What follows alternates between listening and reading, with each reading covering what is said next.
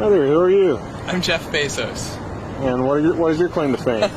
I'm the founder of Amazon.com.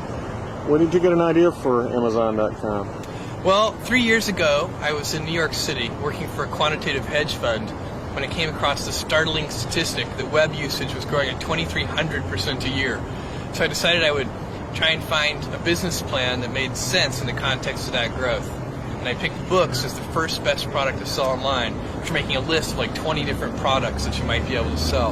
And books were great as the first best because books are incredibly unusual in one respect, and that is that there are more items in the book category than there are items in any other category by far.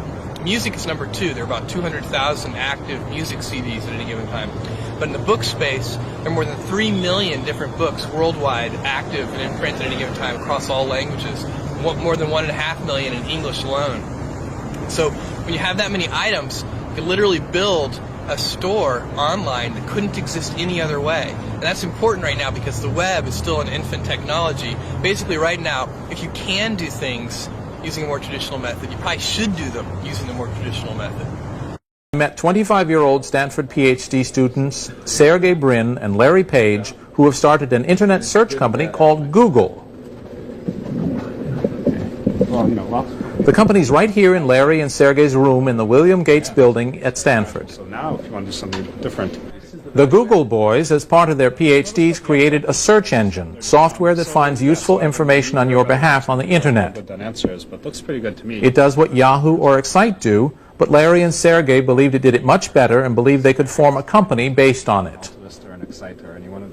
We talked to a couple of different people, like 4 people or something like that.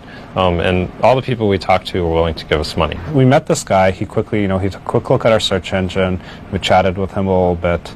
We started talking about, well, he said, oh, I'd be interested in investing, So he said, I don't want you guys to have to, take too low a valuation or to have to worry too much about these money things right now.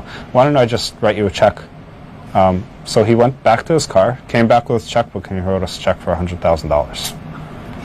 He's the Google guy? The Google boys, meanwhile, are valued at $10 million and told me they were off to Burger King to celebrate.